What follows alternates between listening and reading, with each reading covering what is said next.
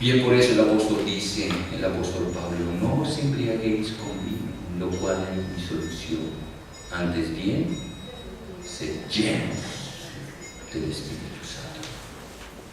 Ese es el deseo de Dios para tu vida, hermano, que tú y yo vivamos vidas llenas del Espíritu Santo, en plenitud, vidas confiando en la promesa y en la presencia del Espíritu Santo en nuestras vidas. Hay quienes se quejan y dicen, en esa iglesia hay tanta carnalidad, tanto pecado, tanta arrogancia.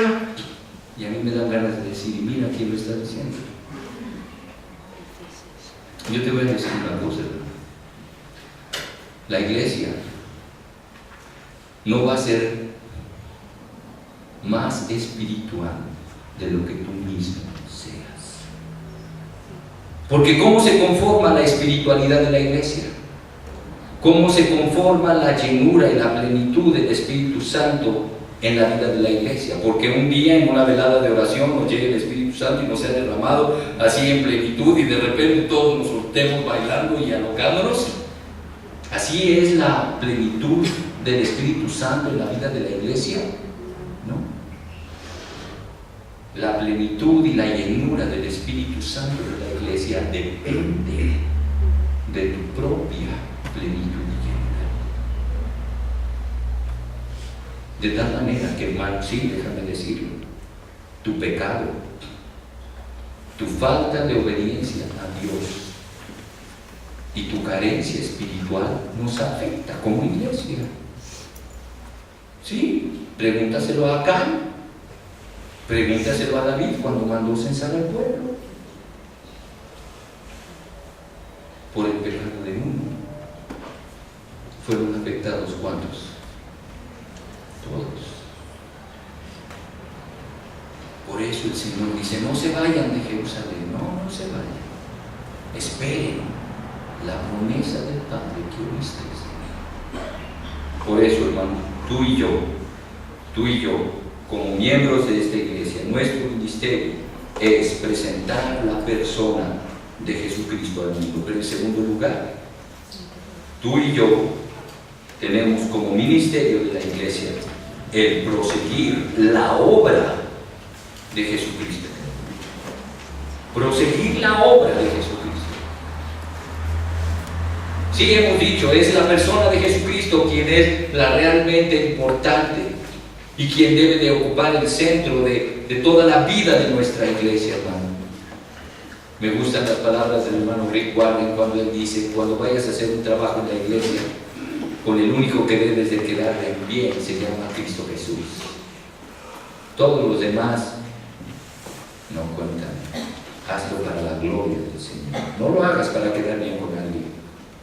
Hazlo para la gloria de Dios. La persona realmente importante de esta iglesia es Jesús.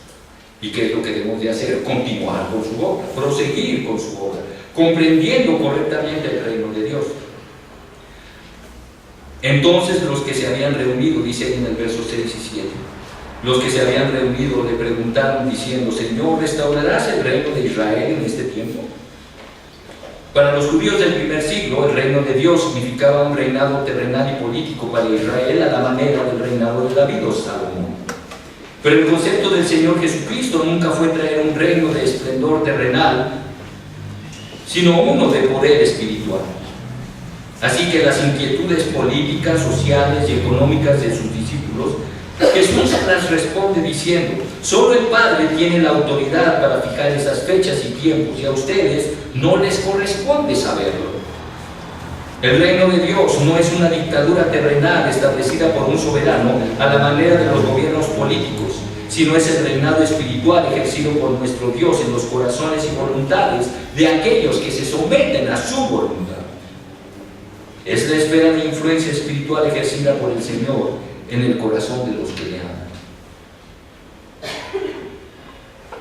Comprender el reino de Dios es comprender que la única manera de vivir dentro del reino es sometiéndonos a la voz del Rey.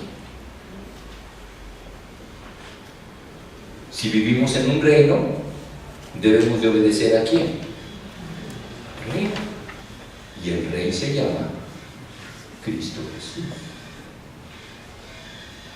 Yo estoy en el reino, en la medida en la que mi voluntad se somete a la voluntad de Jesús. Es un reino completamente distinto al de este mundo. Jesús lo dijo. Mi reino no es de este mundo. ¿Cómo son los reinos y los gobiernos terrenales? Veamos ustedes, nada más denle una repasada a los periódicos o vean un rato las noticias. Gobiernos déspotas, gobiernos de abuso, gobiernos de autoritarismo. En la mañana yo traía referencia de algo que me impactó esta semana, fue oír en las noticias que el 1 de enero varios gobiernos de nuestra república, gobiernos estatales, cambiaron de gobernador.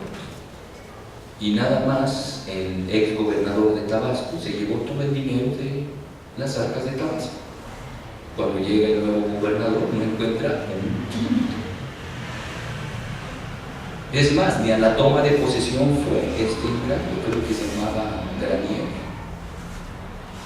Ni a la toma de posesión de nuevo, porque 2 días antes de la toma de posesión, él, su familia y todo su gabinete se fueron en fuga en un avión privado, quién sabe a dónde.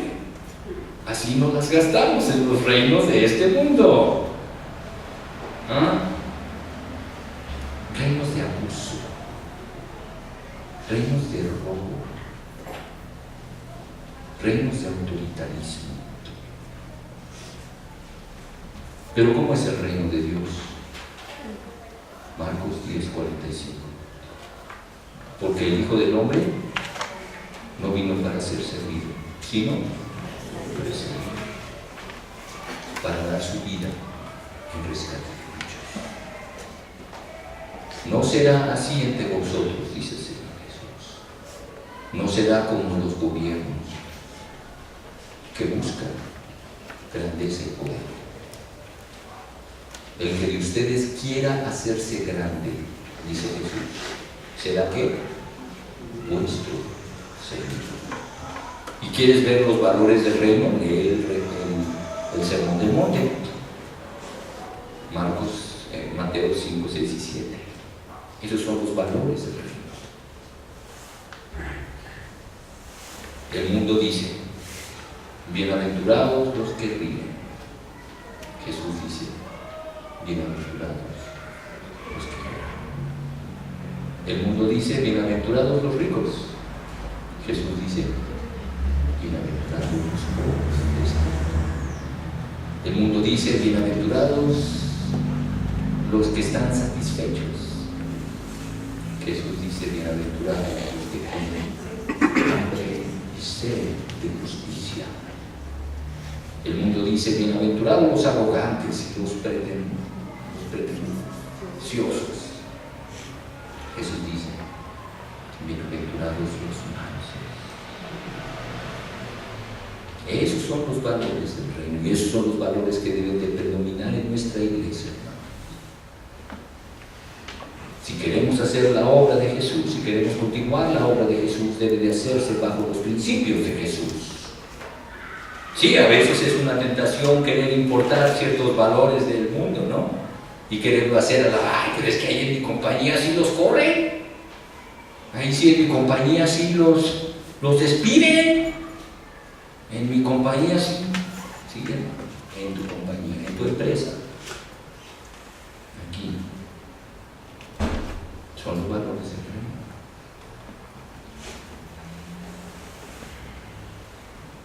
Nuestro ministerio como iglesia es proseguir la obra de Jesucristo, comprendiendo correctamente el reino. Nuestra labor como iglesia de Jesucristo es proclamar los valores del reino, tales como la justicia, la rectitud, la honradez, la igualdad entre los hombres, la humildad, el sometimiento a la voluntad de Dios. La iglesia no es el reino, sino solamente una agencia del reino de Dios. La obra la realizamos como iglesia, pero es el reino de Dios el que se expande y crece. No ganamos gloria para la iglesia y mucho menos para nosotros, sino para el Señor y para su reino. Pero también consolidando la obra del Espíritu Santo y constituyéndonos en testigos